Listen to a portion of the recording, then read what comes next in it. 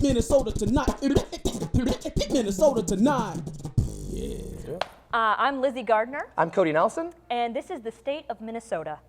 The first of its kind since the 1970s, a boutique Marriott hotel will be opening in uptown Minneapolis in mid-2017. Described as being very neighborhoody and in an area in need of development, the hotel will be right in line with that old uptown feel of brand new unoccupied buildings.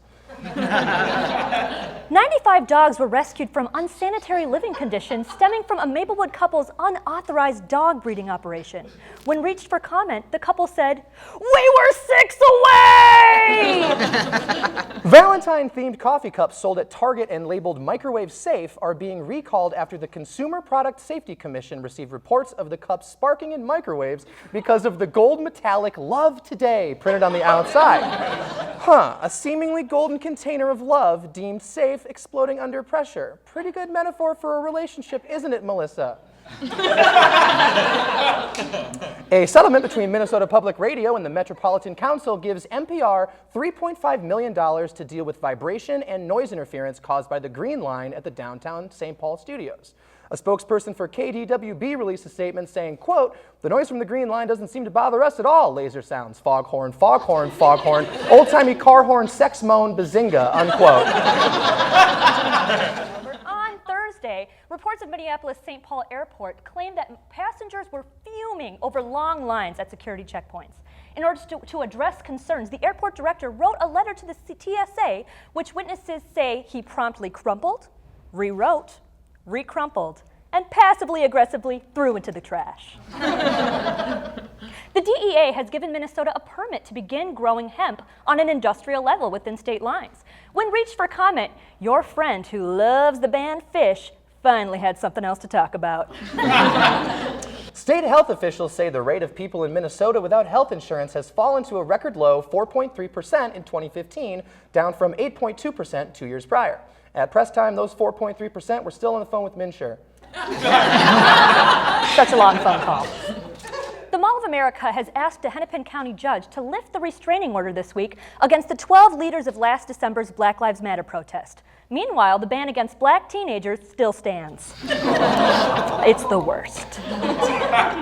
Citing limited sales growth and a stiff decrease in 2015 fourth quarter sales, Kohl's has announced that they will be closing 18 of their Minnesota stores, leaving suburban teens, specifically named Brandon, scrambling to find a new place to buy his graphic tees.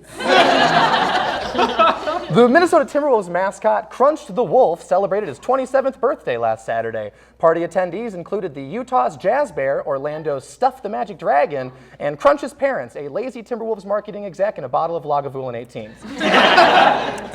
Former Governor Jesse Ventura told CNN he might run for president as a libertarian in 2016. In related news, for the 230th year in a row, Patrick Henry chooses death.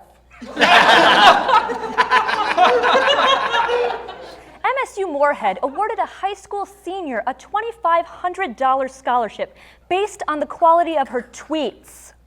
Guys, you could have just said you're not doing well. You do not have to blow $3,000 to prove it. Ugh. She retweeted me once, actually. Yeah, well, that's not like a big thing. But I'm going to Moorhead. Cool! The St. Paul City Council approved $18 million to fund the new Major League Soccer stadium in St. Paul. When critics brought up that this will be the 5th publicly funded stadium in the last 15 years, the city responded to this saying, "But I really, really, really want this one. I won't ask for anything on my birthday, I promise!" Sun Country Airlines has applied with the U.S. government to operate 2 weekly nonstop flights from Minneapolis-St. Paul to Havana, Cuba. Twin Cities college students are finally excited to get authentic Che Guevara t-shirts. College students. A judge in Minneapolis has ordered 4 terrorism defendants in Minnesota to undergo a de-radicalization program conducted by a German anti-terrorism specialist. The judge said, "Well, when I think of de-radicalization and turning people away from fundamental beliefs, I think of the Germans." A local nonprofit is attempting to limit the amount of traffic fatalities in Minneapolis by placing stickers reading "Towards Zero Deaths" on the bumpers of thousands of state-owned vehicles. Police cars were not included in this count, however, because the stickers are trying to lower traffic fatalities, not traffic stop fatalities. Big clarification. As part of punishment for her texting and driving, causing a major car accident, a Minneapolis teen has been ordered to give speeches on the pitfalls of distracted driving to local high schools. Cool news, though, if the speech goes viral, then there will be a meet and greet afterwards. So, yeah. In attempts to curb its growing suicide rates, St. Paul is altering the infrastructure of the iconic Smith Street High Bridge. Efforts include removing the bridge from St. Paul. Speaking of St. Paul, a person crashed their car into a St. Paul home last Sunday, causing a house fire. Police said they were alerted to the incident thanks to numerous neighbors calling in and saying they were really having trouble hearing Downton Abbey.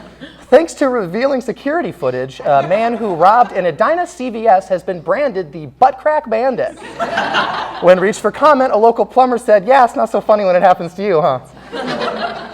After a semi hit a gas station in Mankato, Minnesota, local law enforcement were surprised to find a dog sticking its head out of the driver's side window. In related news, Air Bud 9 just went way over budget. This April, St. Kate's University will be putting on its annual Women of Substance Festival, which features women who make an impact on the world through various creative and scientific ways. Special guests include adventurous woman Anne Bancroft and Liz Arneson, as well as local female rapper 70 Cent on the Dollar. 70 cents on the dollar, guys. An argument over new Air Jordans led to two men in line outside a shoe store getting shot. That headline again in American, there are 2 pairs of Jordans left at the Brooklyn Center Foot Locker. Hurry. During a recent campaign stop, Hillary Clinton asked a local Black Lives Matter activist why doesn't she run for something. The activist was helped on the scene by the Clinton aide, later to be identified as Minnesota Governor Mark Dayton, later identified as a Clinton aide. Yeah. And finally, in local basketball news, Waseca, Minnesota's Nick DeFault made an 80-foot buzzer-beating shot to knock a state quarterfinal game into quadruple overtime, a game that Waseca later went on to win. In a post-game speech, DeFault said his plans included getting his girlfriend pregnant, opening a sports bar, and just sticking around, man. Well, once again, I'm Lizzie Gardner. I'm Jonah Hill in a serious role, and Yes, he is. that was the state of Minnesota. Thanks, guys. Thanks so much. Minnesota tonight. Tune in. Minnesota tonight. Tune in. Minnesota tonight. Minnesota tonight. Minnesota tonight.